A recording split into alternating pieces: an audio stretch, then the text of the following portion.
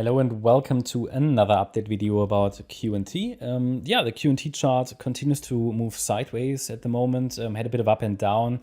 The last rally here was again just in three waves, so just corrective. I don't think we have evidence enough to say that the low is in.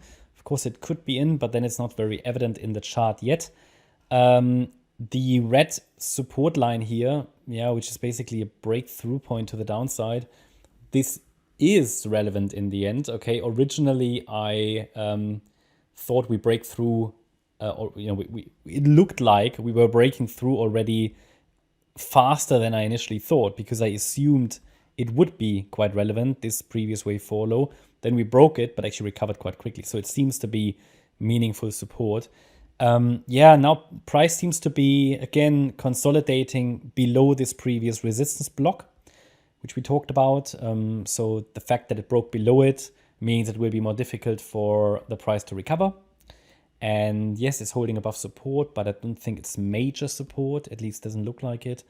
It's only basically this one price point. We didn't really have much more support there before, here at the, where are we, $86, $87 level. So yeah, it's just a support level.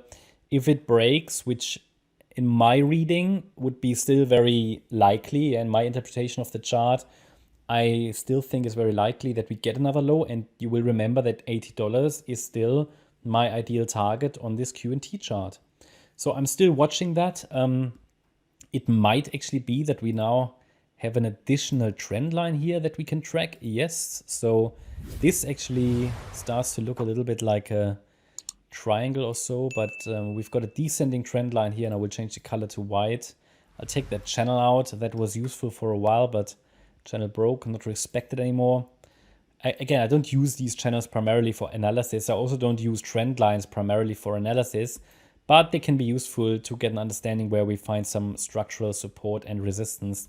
But it doesn't really, more important than a break of a trend line for me is a break of structure. The elite wave structure. So for example, an invalidation or a move beyond Fibonacci support and resistance, which changes probabilities. But yeah, we'll see. I mean, at the moment you have a trend line here with 3 touch points. The price could easily now come down. At least it looks like we have some sort of a top in place there.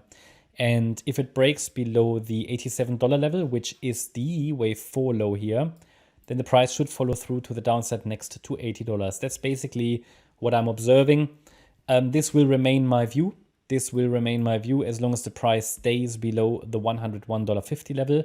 That hasn't changed. Yes, we could get a break above the trend line, but it would not necessarily be bullish. I would like to see a break above that B wave high there. And I think if we really are in this 5th wave to the downside, which could be the last wave of that entire correction, then this is an ABC structure, and then the C wave could be really this ending diagonal. Even though the wave 4 there is quite strong, but it hasn't made a higher high. So I remain focused on the downside. And I mean, we've seen that after the small rally that we had here, end of yesterday, I think it was. Yeah, some coins did rally quite a bit over the weekend here and there. That a lot of these coins already sold off quite a bit. Okay, so a lot of the profits are already gone again. I've seen some coins that already broke down completely again. So yeah, we'll see how this continues. Bitcoin, Ethereum certainly still the leaders in this rally, but even they show some temporary weakness now. So we will pick that up in the Bitcoin, Ethereum videos.